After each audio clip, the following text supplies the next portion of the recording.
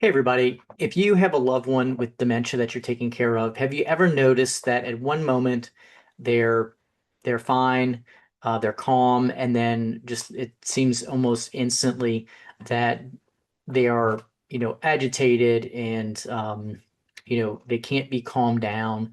Well, it may not be delirium or it may not be, like a UTI or something like that. It is possible that is the environment. So that's what we're going to talk about today, talking about the environment and creating a calm environment in the home or wherever you are, wherever you have control over the environment. Today's video draws upon the Alzheimer's Association 2025 Dementia Care Recommendations, which outline environmental modifications such as core um, non-pharmacological interventions. Evidence on sensory changes in dementia comes from Calkins, from a 2009 publication, Marquardt and colleagues 2014, and how they studied lighting, noise, and layout, how it affects behavior and function. Research on the environmental design for those who are living with dementia is supported by the Dementia Care Mapping framework and the National Institutes on Aging, as well as the Hartford Institute for Geriatric Nursing, and we'll have additional insights that come from Ulrich and colleagues 2008 on healing environments and stress reduction. My name is Matthew Estrad. I'm a gerontologist in St. Tammany Parish, and I've partnered with the Council on Aging in St. Tammany Parish for many years to come to you with these caregiver coffee conversations, as we call them, just brief education on aging, on caregiving, and everything in between. So glad that you're here for this.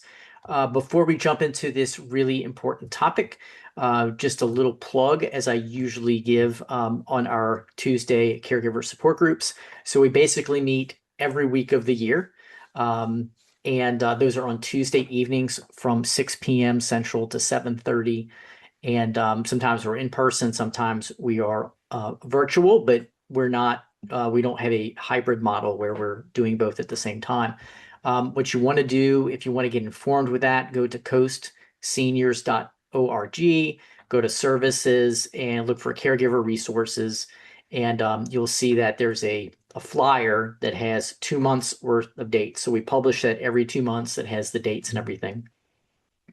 And from that flyer, you can also join the private email list that's free, that gets you reminders on Tuesdays. It gets you the that same flyer in your inbox every 2 months. And then from there, of course, you'll have the dates for those meetings. No reservation is required, no commitment is required. You can just stop in and see if you enjoy it, if you enjoy the people there. I think you will. And I've been facilitating those for almost 12 years now. It's been just, amazing, amazing experience. I'm very blessed to be on this journey with so many caregivers over the years. Um, yeah, so what I wanted to mention was the basic format. If you're looking at a month, the first Tuesday of the month, we're in person in Slidell at the Senior Activity Center. The second Tuesday of the month, we are remote using the Zoom app, which I'm actually also recording this on. The third Tuesday of the month, we're back in person, this time in Covington. The fourth Tuesday of the month, we're back on Zoom. And then sometimes when there is a fifth Tuesday of the month, sometimes we meet, sometimes we don't, but we do let you know ahead of time. So, all right, let's get started with this. So I will post the resources, or the references rather, the citations that I mentioned at the beginning of this video as to where we got all this information. So why does the environment matter? Dementia changes how the brain processes sensory information. So light, sound, clutter, and movement can all feel overwhelming if they're out of whack. A calm environment reduces agitation, reduces wandering, reduces elopement, reduces repetitive questions, and even sundowning. Environmental changes can be fast, they can be inexpensive, and yet very powerful. The environment can either support the brain or it could stress the brain. And of course, we can't change this disease. We can't change the progression of it, but we can many times change the space around us, especially if we are at home in our own environment. So first, we'll talk about lighting. This is the most powerful environmental tool. of all that we're going to talk about. First, we'll talk about natural light. Very important. Open the blinds during the day. This helps to regulate circadian rhythms. It reduces shadows and can cause confusion. Another point about natural light, we've talked about other videos, but maybe you didn't see those. It's important for someone not only to get that natural light through the window, but if possible, to go outside and get that sunlight on the skin to help, again, the circadian rhythms. Avoid dim, shadowy rooms. Shadows can be misinterpreted as people, animals, or threats. So if your loved one with dementia is talking about, seeing things that are not there, it could be the dementia, right? But it also could be this environment that we've created. So avoid shadowy rooms, increase brightness in hallways and bathrooms. And just a quick aside, even without dementia, as we get older, our eyes need more light, and also our eyes adjust slower when we go, say, from a dark room to a bright room, or bright room to a dark room. So it is slower. So we want to, even if dementia is not in the picture, we want to make sure that our homes have enough light, not just for tasks, but for safety and being around, walking around, etc. All right. Use warm, even lighting. So avoid harsh overhead lights, and use lamps to create soft light and even illumination. So, at the beginning of this, I promised that it would not be expensive. These are inexpensive changes. So, to change out perhaps harsh lights that you have, like built into the home, yes, that could be expensive. But adding lamps here and there, or fixtures on the wall, or whatever makes sense in your particular environment, that could still be inexpensive. But I'll grant you that many homes are not designed. The lighting is not designed with older adults in mind, unfortunately. But there can be things to fix that. It doesn't need to be a remodel. All right, nighttime lighting. Night lights in the hallways, in bathrooms.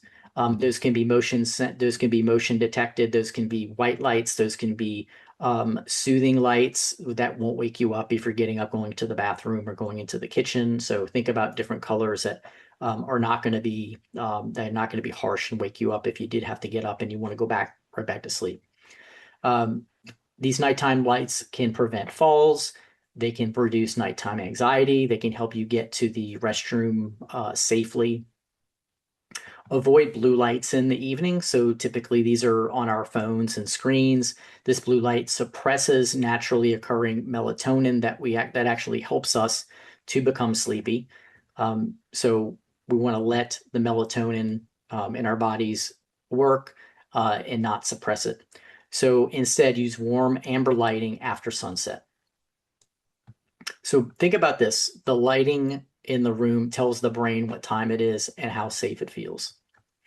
All right, so we talked about lighting. Now we're going to move on to noise. And this can be the hidden trigger. So reduce background noises. And I would say, even if you're not sensing these things, or these things are not bothering you, it could be bothering your loved one who's living with dementia. They may not be able to really sense that there's something on that's annoying them. That TV that is just really in the background for you. It might still be in the background for them, but be annoying. So turn off the TV when you're not actively watching it. Avoid loud and chaotic shows. I would say visuals too. Limit multiple competing sounds. You can create quiet zones, so a room, or even a corner of the room that has soft music, that has blankets, that has familiar objects. And this could be a place to retreat to if feeling overwhelmed. Use predictable, soothing sounds, so soft music. This can be music that is familiar and has meaning, or it can be nature sounds. It can be white noise machines, and these are things that you can kind of experiment with, and certainly take notes on, just brief notes, just so you know that what you've tried and what worked well. And of course, I know I say this all the time, something that worked today may not necessarily work tomorrow. or the next day. But if it works, you kind of have it in your toolbox, and that's good. And I would say even if something didn't work today, it doesn't mean it won't work sometime in the future. So uh, watch for noise sensitivity. So sudden noises can trigger agitation.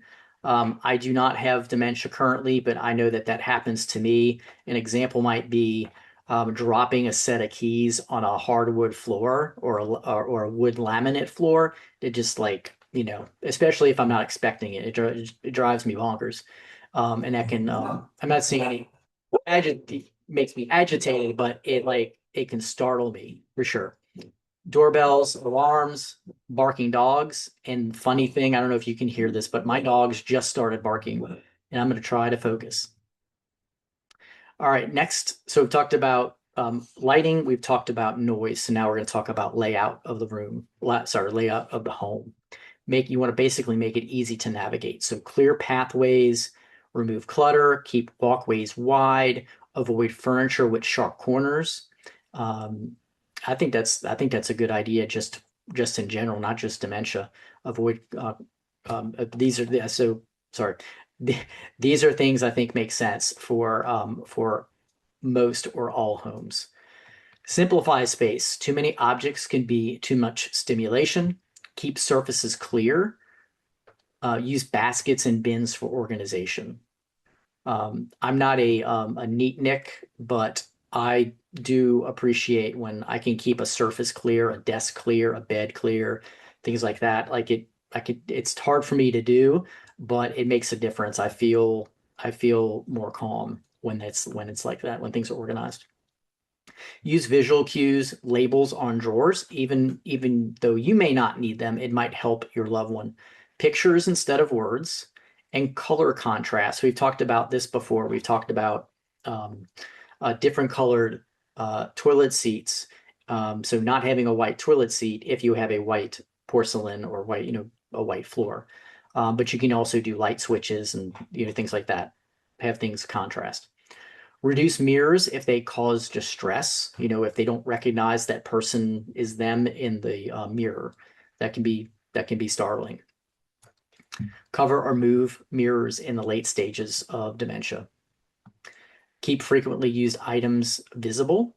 Out of sight means out of mind, and I think that's for many of us also. Display items on open shelves.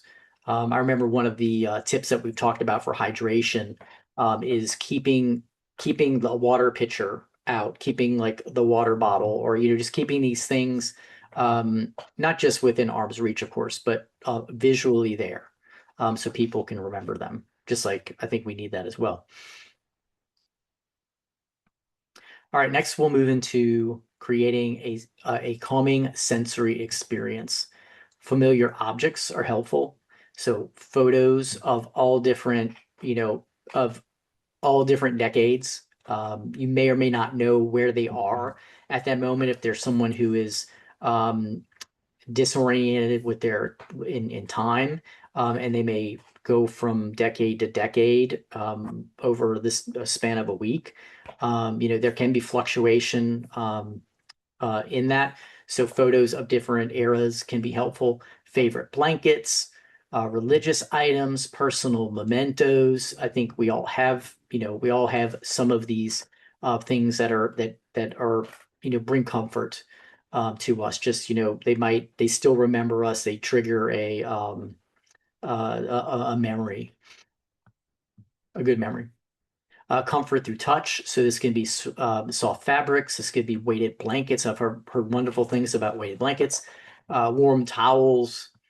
Think about scents, like using essential oils in a diffuser or other ways to get that. So lavender is soothing, vanilla, the smell of fresh laundry.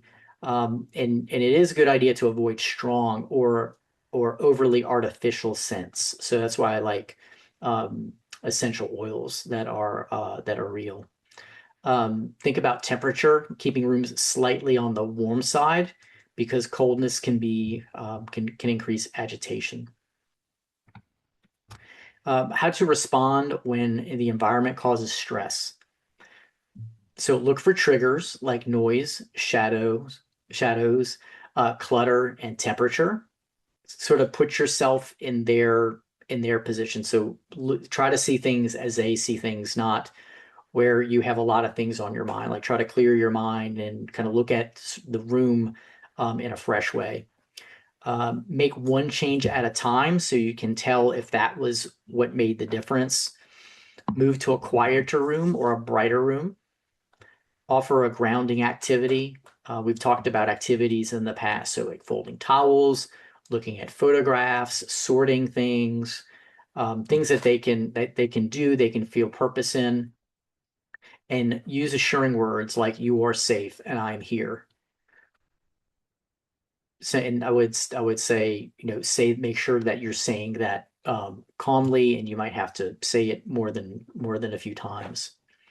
And in closing, a calm environment is one of the most effective tools in dementia care. Small changes can make big improvements in mood and behavior. You don't have to remodel, you just have to have intention, purpose, and creativity. So I hope this has been really helpful for you. I hope that you found at least two ideas that you can put into action this week. Um, if you do, or when you do, leave a comment here on the video. Let us know what you tried. Let us know what things have gone well. Let us know what things you've learned, like maybe didn't work for you. And this is really good feedback for other people to consider. So, and especially, hey, was there something that you do or that you've learned that I didn't mention? If am I missing something and you want others to know about it, make sure you leave it in the comments. So, uh, thank you for sharing this. If you find it helpful, remember the person that is helped by this might be your future caregivers.